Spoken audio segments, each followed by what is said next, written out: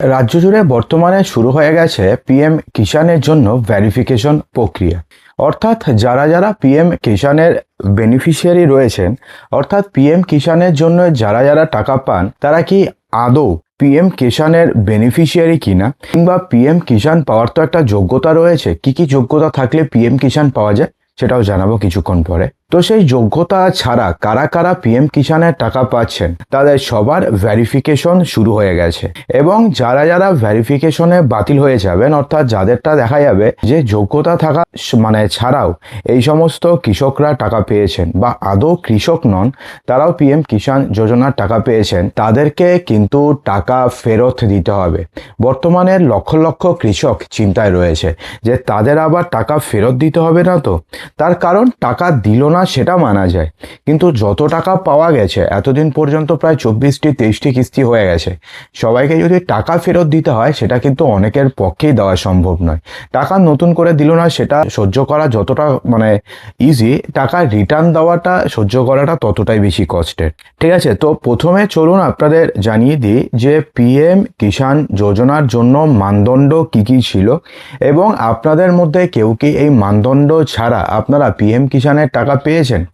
যদি আপনি পেয়ে থাকেন তাহলে সেক্ষেত্রে যদি ভেরিফিকেশনের সময় আপনি অযোগ্য হিসাবে বিবেচিত হন, তাহলে সেক্ষেত্রে আপনাকে পিএম কিষাণের টাকা ফেরত পর্যন্ত দিতে হতে পারে। দেখুন, সঠিক ব্যক্তিদের কাছে সুবিধাগুলো পৌঁছে দেওয়া নিশ্চিত করার জন্য পিএম কিষাণ যোজনার বর্তমানে ভেরিফিকেশন শুরু হয়েছে রাজ্য সরকারের তরফ থেকে। সেক্ষেত্রে আপনার আর্থিক ভবিষ্যৎ সুরক্ষিত করার এবং ভবিষ্যতে ঋণ পাওয়ার ক্ষেত্রে আপনার অবস্থান উন্নত করবার প্রথম অবস্থান হচ্ছে পিএম কিষাণের এই নতুন নিবন্ধনের এই যোগ্যতার শর্তগুলো পূরণ করা।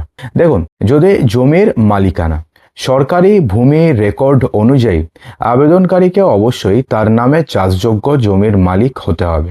অর্থাৎ সেক্ষেত্রে আপনাদের নামে চাষযোগ্য জমি থাকতে হবে এবং আপনার নামে সেটা রেজিস্টার্ড থাকতে হবে। দেখুন, চাষযোগ্য জমি যদি আপনাদের কাছে না থাকে, অর্থাৎ যদি এমনটি হয় যে আপনি অন্য কারো থেকে জমি লিজ নিয়ে আপনি চাষবাস করেন, তারপরে তার পরিবর্তে তাকে কিছুটা টাকা দেন এবং বছরের শেষে যখন ফসল হয় তাকে কিছুটা ফসল দিয়ে দেন এবং বাকি ফসল আপনি বিক্রি করে দেন, সেক্ষেত্রে তার কোনো ব্যাপার থাকে না। তো এমনটা যদি হয়ে থাকে, সেটা নিয়ে কিন্তু আরও একটা প্রকল্প রয়েছে, যে ক্ষেত্রে বর্তমানে নাম নিবন্ধনের কাজ চলছে এবং সেক্ষেত্রেও টাকা দেওয়া হবে, কিন্তু সেটা কিন্তু পিএম কিষাণ যোজনা নয়। পিএম কিষাণ যোজনাতে আপনি যদি টাকা পেতে চান তাহলে আপনাদের নামে চাষযোগ্য জমি থাকতে হবে। আপনি লিজে কারো থেকে জমি নিলেন এবং সেই জমির পরিবর্তে আপনি পিএম কিষাণের টাকা পেয়ে গেলেন, সেটা কিন্তু হবে না। যদি অধিকাংশ ভূমি মালিক পরিবার এই প্রকল্পের আওতাভুক্ত, এটি মূলত ক্ষুদ্র এবং প্রান্তিক কৃষকদের জন্য উদ্দেশ্য করে বানানো হয়েছে। তো সেক্ষেত্রে আরো কারা কারা বৈধ জমির মালিকদের রেকর্ড সহ ভারতীয় নাগরিকরা এই প্রকল্পের জন্য বৈধ, অর্থাৎ ভারতীয় নাগরিক হতে হবে।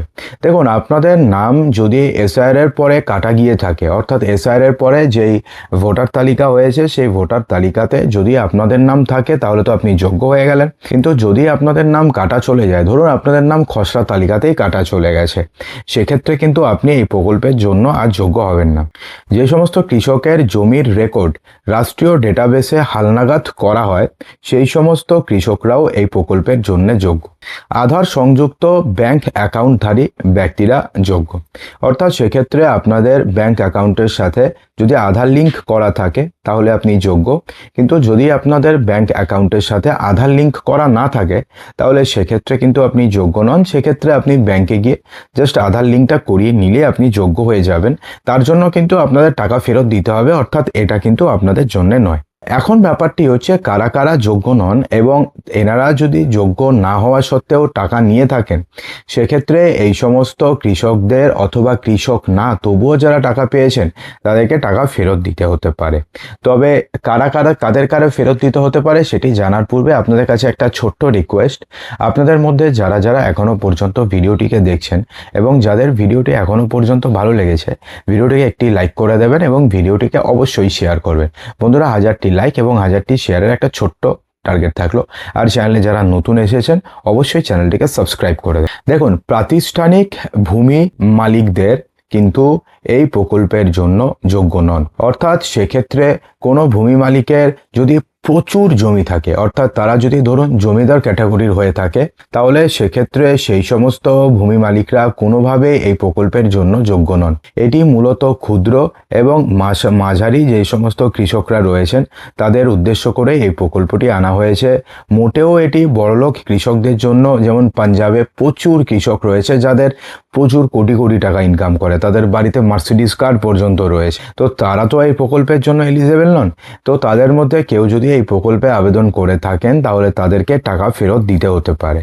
সরকারি কর্মচারী, নির্দিষ্ট নিম্ন স্তরের কর্মী ব্যতীত, যদি আপনি নিম্ন স্তরের অর্থাৎ গ্রুপ ডি যদি আপনি এমপ্লয়ি হয়ে থাকেন, যদি আপনি কন্ট্রাকচুয়াল এমপ্লয়ি হয়ে থাকেন, তাহলে সেক্ষেত্রে ব্যাপারটি আলাদা।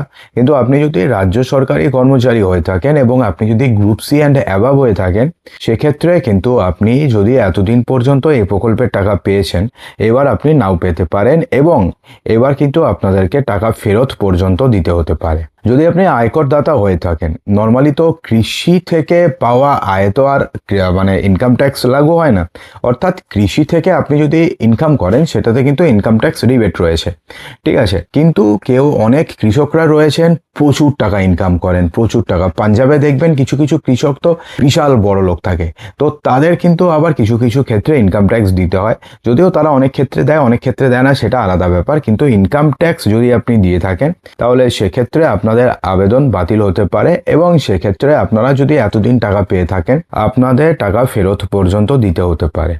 ডাক্তার কিন্তু তবুও সে এই প্রকল্পের জন্য অ্যাপ্লাই করেছিল, টাকা পেয়েছে, তাদেরকে টাকা ফেরত দিতে হবে। প্রকৌশলী, আইনজীবীদের মতন পেশাজীবীরা কোনোভাবে এই প্রকল্পের জন্য এলিজেবল নন। মাসিক 10,000 টাকা অথবা তার বেশি আয় প্রাপ্ত পেনশনভোগীরাও এই প্রকল্পের জন্য এলিজেবল নয়, এরকম কেউ যদি অ্যাপ্লাই করে থাকেন এবং এবার যদি ভেরিফিকেশনে ধরা পড়ে তাহলে আপনি তো 24তম কিস্তির টাকা পাবেনই না, উল্টে আপনাকে 23 বার যত টাকা আপনি পেয়েছেন সব টাকা আপনাকে ফেরত দিতে হতে পারে। জমির রেকর্ড এবং অন্যান্য নথিপত্র যাচাই সাপেক্ষে যোগ্যতা নির্ধারিত হবে, ঠিক আছে। তো চলুন এক্ষেত্রে আপনাদের জানিয়ে দিই যে এক্ষেত্রে কি কি প্রয়োজনীয় কাগজপত্র লাগে, এটা আপনি একবার নোট করে নেবেন। যদিও এই ভিডিও খবরের সাথে এটা খুব একটা লিঙ্ক নয়, তবু আপনাদের জানিয়ে দিই। দেখুন, আধার কার্ড, এটি পরিচয় যাচাইয়ের মাধ্যম। ভূমি দলিল লাগে এই প্রকল্পে আবেদন করতে গেলে। ব্যাংক অ্যাকাউন্ট লাগে, যেই অ্যাকাউন্টের সাথে আধার লিঙ্ক করা রয়েছে এবং যেই অ্যাকাউন্টের সাথে আপনাদের ডিবিটি লিঙ্ক করা রয়েছে সেই অ্যাকাউন্ট নাম্বার লাগবে। মোবাইল নাম্বার লাগবে এবং এই মোবাইল নাম্বারটি অবশ্যই যেন সচল হয় এবং সেটাকেও কিন্তু আপনাকে খেয়াল রাখতে হবে। তো চলুন এই ভিডিওতে না আপনাদের আরও জানিয়ে দিই যে এই পিএম কিষাণ যোজনার যে 24তম যে কিস্তির টাকাটি সেটি আপনি কবে নাগাদ পেতে পারেন। দেখুন, 23তম কিস্তির টাকা মাত্র ঢুকেছে, জুন মাসে ঢুকেছে হচ্ছে পিএম কিষাণের 23তম কিস্তির টাকা। আমরা জানি যে মোটামুটি 4 মাস অন্তর অন্তর পরবর্তী কিস্তির টাকা দিয়ে দেওয়া হয়। তো সেক্ষেত্রে জুন মাস থেকে যদি আমি 4 মাস ধরি, জুলাই, আগস্ট, সেপ্টেম্বর, অক্টোবর, অর্থাৎ পুজোর মাসে, অর্থাৎ দিওয়ালির আগে আগে হয়তো যারা যোগ্য কৃষক থাকবেন তাদের অ্যাকাউন্টে এই টাকাটি ঢুকে যাবে। কিন্তু যদি আপনি অযোগ্য কৃষক হয়ে থাকেন, যদি এমনটা হয় ভেরিফিকেশনের সময় যদি দেখা যায় যে এই সমস্ত ক্রাইটেরিয়া যেগুলো এই পিএম কিষাণ যোজনার টাকা পেতে লাগে, এই কোনো ক্রাইটেরিয়া আপনার ক্ষেত্রে এলিজেবলই হচ্ছে না, আপনি প্রচুর টাকা ইনকাম করছেন, তো সেক্ষেত্রে কিন্তু আপনাদের টাকা তো আপনি পাবেনই না পরবর্তী কিস্তির টাকা, উল্টে আপনাকে টাকা ফেরত পর্যন্ত দিতে হতে পারে। তো বন্ধুরা, আশা করব যে ভিডিওটিতে আপনাদের সমস্ত কিছু সঠিকভাবে বোঝাতে পেরেছে। ভালো লাগলে লাইক, শেয়ার, সাবস্ক্রাইব অবশ্যই করবেন।